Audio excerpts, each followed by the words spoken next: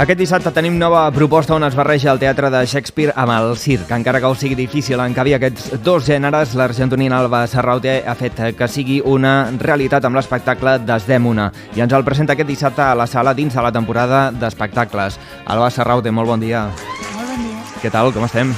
Molt bé, contenta d'estar aquí. Doncs moltes gràcies. Mira, m'has donat una sorpresa. Pensava que faríem entrevista telefònica i sorpresa majúscules perquè tenim aquí els estudis de la ràdio, així que moltes gràcies per venia de pas. Venia de pas, doncs vinga, aprofitem-ho, doncs. Moltes gràcies, Alba, per venir. Aquest espectacle ha estat en residència a la Sala, si no vaig errat. Sí, exacte. Durant la pandèmia vam estar a la sala 4 setmanes. Apropa't una miqueta més al micròfon, si vols, per posar-te còmode. I va estar a la sala al juliol de l'any passat? Vam estar el 2020 a la sala. És veritat, 2020. Durant la pandèmia. Mare de Déu. Vam estrenar el grec del 2020 en el Festival de Barcelona, que no es va anul·lar, i ens va tirar endavant, i com que va tirar endavant vam decidir assajar aquí a Argentona, que era el més fàcil perquè no ens podíem moure de municipi. Per tant, és un espectacle que ja fa anys que hi heu estat treballant.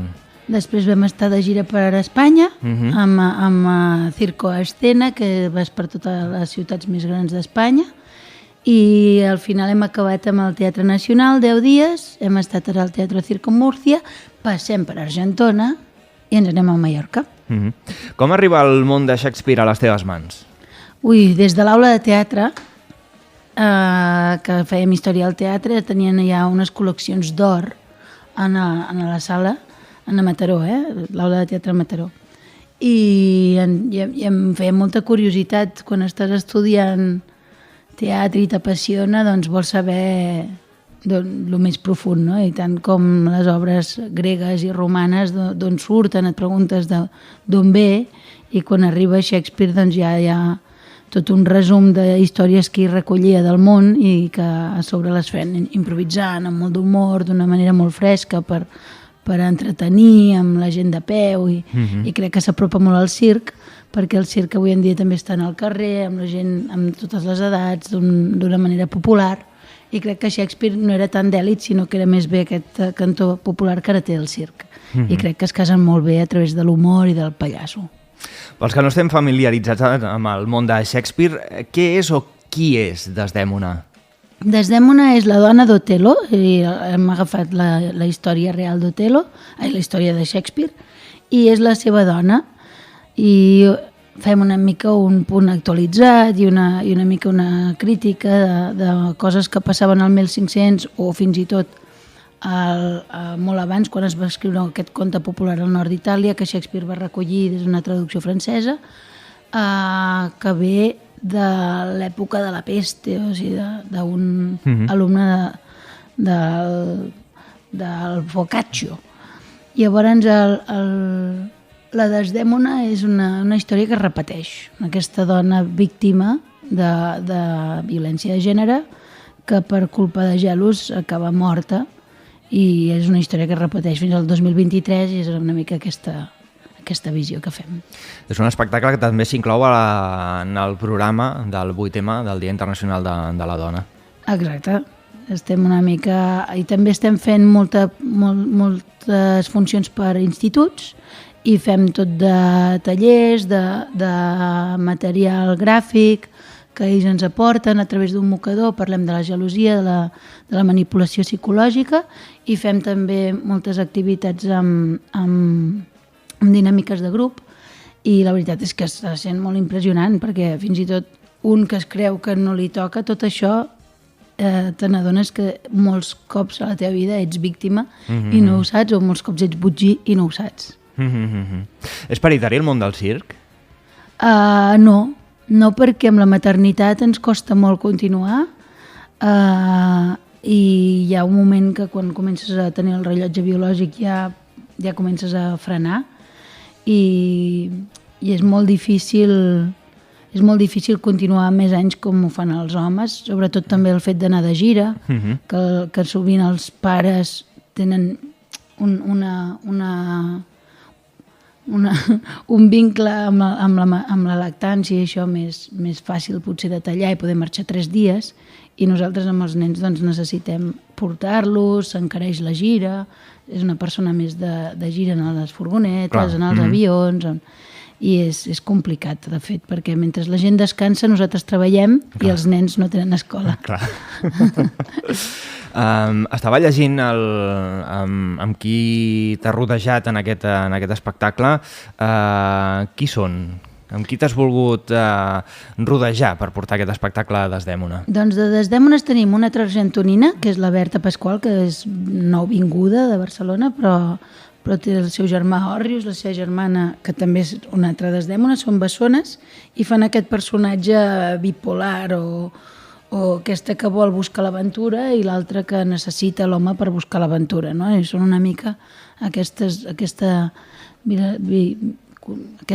bipolaritat de la dona. Després tenim en Martí Soler, que treballa en Verdabel, que és una companyia molt important de França, que és el fill del Torder i Portrona, en Blai Mateu, i també fa d'Otelo. Tenim en Tomeu Amer, que és un mallorquí que ha vingut aquí en peix, en el Sense Portes, que és un actorasso i una passada. Tenim a la Laura Martí, que fa d'Emília, que és una cantant impressionant, que vam fer juntes l'escola de circ i després vam anar a Suïssa a estudiar clown i gest. Tenim 2 músics en directe, amb la música d'en Formí Gómez, que és un mataroní, de cello i saxo, i després tenim també l'Adrià Muntanya, que és un noi de Granollers que fa verticals. És habitual tenir músics en directe en espectacles com aquest? No, millora. No és tan habitual perquè s'encareix la proposta i s'encareix amb hotels, en viatges i tot això, però nosaltres és una lluita que en la meva línia artística sempre he tingut música en directe i és raro, si no per mi, fer-ho. El meu pare és músic i és difícil. Veurem a l'Alba Serraute dalt de l'escenari? Sí. Jo sóc la viatgera, que és una mica el Messi Royal, el que porta el conte i explica una mica aquesta part onírica de no portar-ho a la realitat, això de Otelo, Desdèmona, la violència de gènere, no és una cosa com realista, no és una obra realista, sinó és com que tots aquests personatges estan dintre nostre i la víctima, el botgí, la por, el sol, la lluna, la foscor estan dintre nostre i aquesta història d'amor entre el sol i la lluna que no es poden casar i que quan es troben és una eclipse i que és aquest moment de foscor durant el dia que poden passar coses terribles. No? També dirigeixes l'espectacle? Sí, la vaig dirigir amb una noia que també és d'Argentona, la Laia Sant Martín, de Madà. Ella em va fer la mirada externa, la posada en escena i molt guai. Llavors jo podia estar dintre i quan em vaig quedar embarassada i vaig trencar la cama, ella va entrar dintre i jo vaig estar fora i ens anem canviant. Suposo que és vital, no? També és important aquesta visió des de fora, tot i ser tu el director, però una mirada externa és necessari. És molt necessari perquè és com quan estàs en una relació de parella, no? o en un huracan emocional, que necessites el terapeuta o l'amic o poder sortir. L'altre dia amb un adolescent que va fer un treball molt maco, que es tapava els ulls i la boca, parlant de l'obra, deia, quan ets víctima fins que no surts no te n'adones. I això és interessant. Sí, i tant. Què vols aconseguir amb aquest espectacle, Alba? Doncs moltes coses. Vull aportar al teatre universal a la gent un altre cop, perquè m'encanta. Crec que si ho han dit també els clàssics, qui ho pot dir millor que el millor dramaturg de la història? M'encanta anar als clàssics, és una cosa que sempre faig. El Mirando Yocali era un Beckett, era el Tot esperant Godot, la diva era també sobre l'Edith Piaf. M'agraden les coses que ja s'han dit i que encara no estan resoltes i m'apassiona també descobrir el meu cantó d'avui a través de textos tan antics. És algo que m'apassiona. Després vull parlar també de la violència de gènere que no està resolt i d'aquesta condició humana que al final és el que a mi em mou en el teatre, és aquesta transformació, aquesta necessitat de compartir que no estem tan sols, no? Sovint l'experiència és un grau. Però què ha estat el més complicat de lligar aquests dos mons, no? El Shakespeare amb el circ? És un joc que faig des de que vaig començar fent teatre, vaig apropar-me al circ per voler fer teatre total amb el cos i no només amb el cap i la boca, i enamorar-me del circ va ajudar-me a anar des del circ al teatre. Però primer jo venia al teatre, em vaig enamorar del circ, veure que el circ sí que pot explicar emocions a través del desequilibri. En Iago, per exemple, que és el Tomeu Amer, fa escala d'equilibri, i ell vol pujar, el seu personatge és el que vol tenir un rang superior i ell és general, no sé què, vol ser lloctinent.